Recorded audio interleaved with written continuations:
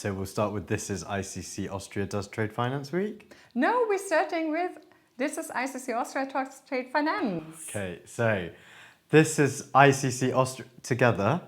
3, 2, 1. This is ICC Austria Does Trade Finance Week.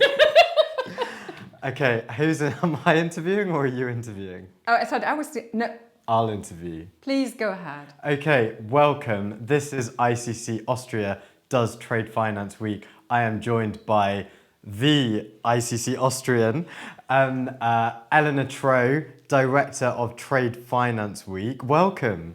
Thank you, Deepish. Welcome to your own show. May I introduce you? This is Deepish Patel, the Director of Trade, Treasury and Payment. Thank you.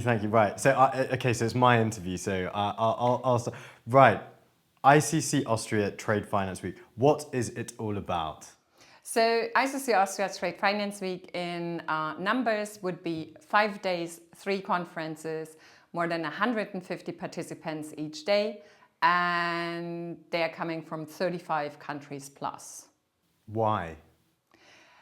I believe because we are a global and bank neutral platform which allows them to actually talk about their daily businesses, may that be in demand guarantees or in letters of credit. And so they will meet like-minded people from the countries they actually trade with. So next to the panel sessions they are about to hear, they can also meet their colleagues from a different country and solve problems directly.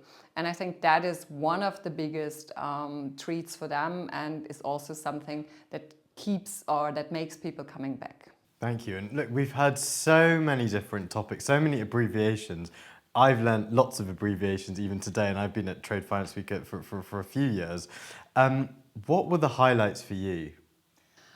That's always difficult to say, because when you start building a program, you think something will work, but then it may not work, or you see a different presentation where you first thought, I have to put that in, but it's just something, that people need to know, but then it's a great presentation.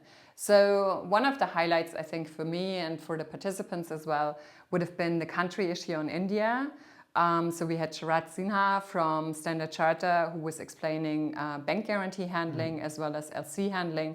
And he did such an amazing job because India has, with its national bank regulation, a lot of complexity that a lot of people struggle with in that specific field. So I'd say that one, and then of course the discussions around case study or T-shirt day. Arguments. Well, tense. Healthy debate.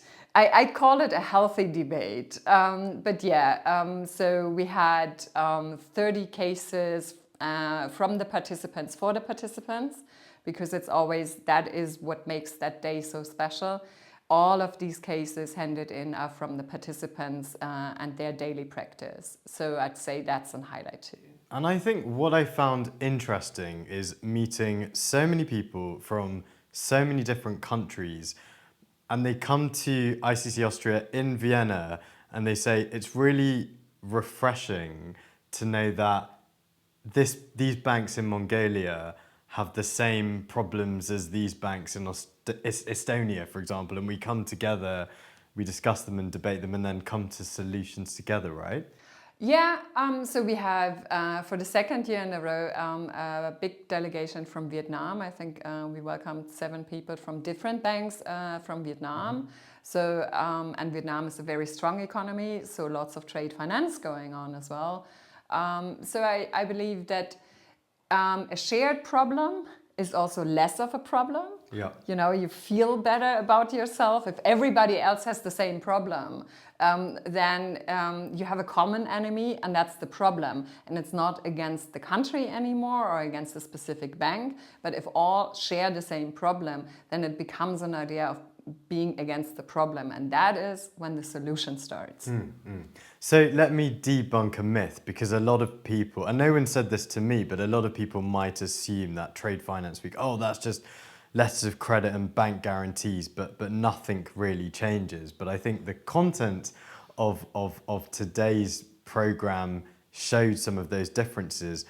Why is it important for Trade Finance Week to exist and to evolve. And you know, am I right in saying that, you know, the conference of 2024 is very different from the content of 2025 because the market is changing, despite the instruments being exactly the same? Well, here's the thing. So this year we celebrated the 20th Global Conference on Bank Guarantees, which had me look up the first invitation brochure.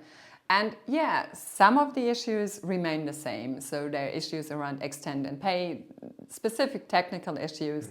They do remain the same. But with developments such as digitization, artificial intelligence, or ESG, things are progressing.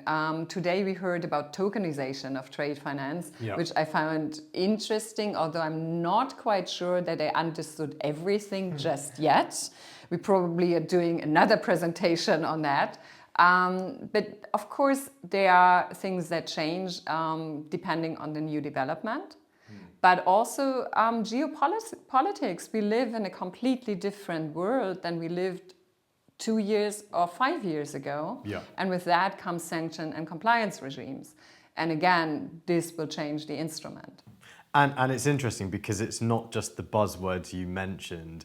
It's how does tokenization or non-fungible tokens, how can they be used? We're not just talking about blockchain. It's not just digitalization is great for trade finance. It's talking about, you know, why e-bills of lading might be problematic in the greater kind of picture of fraud, right?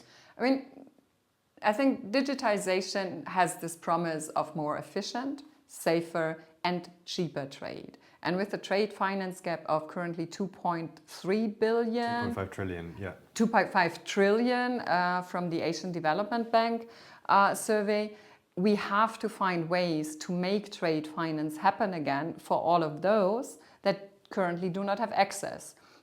So with the new developments, there comes the promise of maybe there is not one size fits all solution, but there may be different routes we can take in order to at least decrease the trade finance gap. And that in turn again changes or influences the way we use the instruments. Leo, 2025, Austria, incredible year, new venue. I must point out Austria won Eurovision. How do we top that again? How do we top that for 2026? Watch us. I'm not going to give anything away apart from save the date, 8 to 12 in June 2026 back in Vienna, and the rest you'll see. You have to give me a little scoop. A little scoop. I'd say you will be there, right? And the rest, watch us. Okay, one final question, because we have to bring cats into the interviews. I notice you've got a Hello Kitty badge with the Sustainable Development Goals wrapped around them. Surely there is a backstory. Well, there is the backstory. So Luca Castigliani from UNCITRAL, who is the architect of model law of transferable electronic records, wore one at one of the UNCITRAL working group meetings, and I saw it. And me being the cat lady that I am, and you are a cat person as well, say hello to Sunday, more treats for Sunday. And I saw it and I wanted to have one, and he wasn't willing to give me his one, but he promised me that once he would go to New York, because the UNCITRAL meetings are one time in Vienna and then they're back in New York. And when he was going to New York, he would bring me one, and he actually did. And ever since, I'm wearing it. There we go. So save the date, 8th to 12th of June 2026. This is Dipesh Patel reporting at ICC Austria does Trade Finance Week. Thank you. Thank you, Dipesh.